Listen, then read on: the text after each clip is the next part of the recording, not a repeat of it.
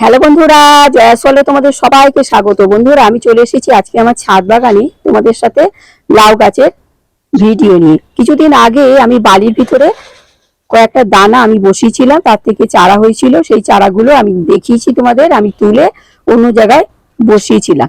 তো আমি একটা গাছ আমি এমনি সাধারণ মাটিতে বসিয়েছি, আর একটা গাছ আমি একই মাটির ভিতর গোবর সার আর মাটির ভিতর বসিয়েও আর একটা এমন একটা জিনিসের ভিতরে আমি রেখেছি, তার জন্য সেই গাছটা কেমন হয়েছে সেটাই আজকে তোমাদের সাথে আমি শেয়ার করব। শীতকাল তো প্রায় এসেই গেল, তো আমাদের গাছটা দ্রুত তাড়াতাড়ি আর কি বড় করে আমরা বসাবো। তো আমি এক জায়গায় বসিয়েছি, সেটা বাড়ির আর এক জায়গায় বসিয়েছি, সেটা কেমন হয়েছে সেটাই তোমাদের সাথে আমি শেয়ার করব।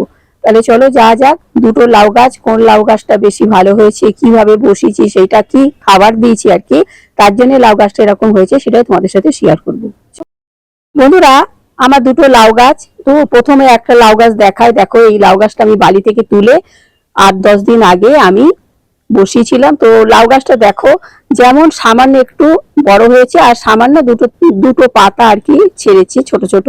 তো এই লাউ গাছটা সাধারণ আমি এই কিছুই দেয়নি আর কি, ওই আমার ছাদ বাগানে যে মাটি ছিল সেই মাটিতেই আমি বসিয়েছিলাম, পুরনো মাটি আর কি, এর ভিতরে বিশেষ জৈব সারটার ছিল না।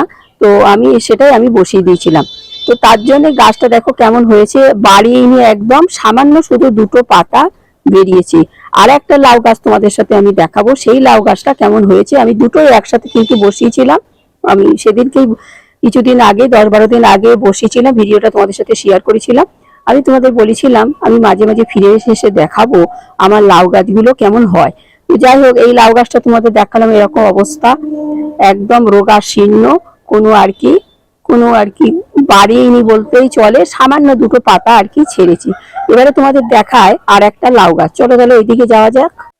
বন্ধুরা, তোমাদের আমি আর একটা লাউ গাছ দেখাচ্ছি। দেখো, আমি দুটোই কিন্তু একসাথে বসিয়েছি। আর এই লাউ গাছটা দেখো, এটা আমি গোবর সার আর মাটি আর কি দিয়ে এটা আমি বসিয়েছিলাম। তো এই গাছটা সাধারণত আর কি অল্প অল্প ভাবে বাড়ছিল, কিন্তু আমি 5-6 দিন আগে আমি এই দেখো এই গোড়ায় কি দিয়েছি। দেখো, এখানে গোবর সার আর কি, পুরনো গোবর সার আমার এখানে একটা প্যাকেট ছিল, আমি আর কি এটা পরীক্ষা করার জন্য যে গাছটা কেমন বড় হয়। আর একটা আমি লাউ গাছ তোমাদের দেখালাম, ওইটাও আমি তোমাদের দেখালাম, ওইটা আর কি যেমন জীর্ণ শীর্ণ হয়েই রয়েছে।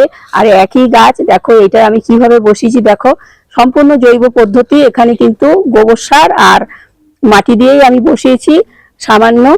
আর এখানে একটা আমার গোবর সারের প্যাকেট ছিল, দেখো পুরনো গোবর সার, একদম কালো মিশমিশ করছে। তো এই গোবর সারের প্যাকেটের ভিতরে আমি এই লাউ গাছের প্যাকেটটা বসিয়ে রেখেছি 4-5 দিন। তাতেই দেখো এই লাউ গাছটার অবস্থা দেখো কত বড় হয়েছে, আর পাতাগুলো দেখো কত বড় বড় হয়েছে। এই একটা ছোট্ট প্যাকেট, তার ভিতরে লাউ গাছটা দেখো কত বড় হয়েছে। আমি সেটাই তোমাদের সাথে আমি দেখাচ্ছি। দেখো কি দিয়েছি এর ভিতরে, আমি কিছুই না, গোবর সারের ভিতরে বসিয়ে দিয়েছি। আর এর ভিতর থেকে যে সময়, এটা কাপড়ে, যেহেতু ব্যাগ, প্লাস্টিকের ব্যাগ না, এটা কাপড়ের ব্যাগ। দেখো, এটা একটা কাপড়ের ব্যাগ।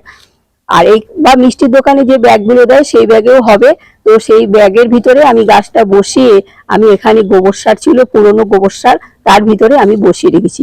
এখন দেখো এর নিচেটা দেখো কত শিকড়, এই শিকড়গুলো অজস্র শিকড়ে ভর্তি। এই শিকড়গুলো একদম খাবার সংগ্রহ করছে, আর একদম গাছটা দেখো একদম ঢল ঢল করে বাড়ছে, শীষও বেরিয়ে গেছে।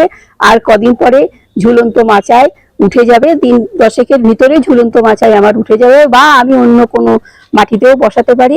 তো আমি ভাবলাম গাছটা এত দ্রুত তাড়াতাড়ি এত বড় হয়ে গেল, তোমাদের আমি একটু শেয়ার করি তোমাদের সাথে। তোমাদের যদি কোনো দানা বা চারা এরকম যদি তোমরা বসাও বসাও যদি দানা বসাও, তো এখনো বসাতে পারো, এখনো শীতের দেরি আছে, এটা শীতের লাউ।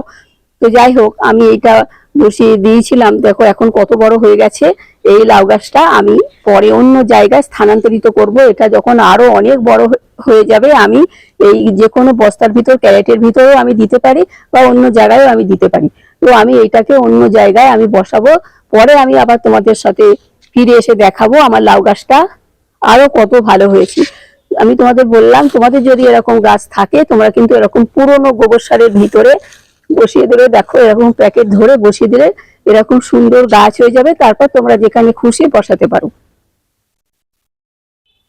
আর খাবারের ভিতরে এখানে কিন্তু আমি কোনো কিছুই খাবার দিচ্ছি না, আমি গোবর সার আর মাটি দিয়ে এই গাছটা বসিয়েছিলাম, আর এখানে আমি গোবর সারের ভিতর বসিয়ে দিয়েছি, এই আর কোনো কিছু আমি খাবার দিচ্ছি না। গাছ খাবার তো সংগ্রহ করছে এই গোবর সার থেকে, তো আরো গাছটা অনেক বড় হচ্ছে আস্তে আস্তে ধীরে ধীরে। এই ঝুলন্ত মাচাই হোক আর অন্য জায়গায় হোক আমি তুলে দেবো, তখন তোমাদের সাথে আমি শেয়ার করব যে গাছটা কত বড় হলো বা কেমন ফল হচ্ছে, সেটা তোমাদের সাথে পরে শেয়ার করব।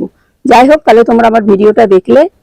তাহলে বন্ধুরা, তোমরা আমার লাউ গাছের ভিডিওটা দেখলে আমি কিভাবে ছোট ছোট চারা দুই জায়গায় বসিয়ে কিভাবে একটা চারা আমি কত বড় কিভাবে করেছি সেটাই তোমাদের সাথে শেয়ার করলাম। আর একটা চারা তো দেখলেই জীর্ণ শীর্ণ হয়েই আছে, বাড়েইনি বলতে গেলেই চলে, সামান্য দুটো পাতা আর কি বেরিয়েছে আর একটু লম্বা হয়েছে।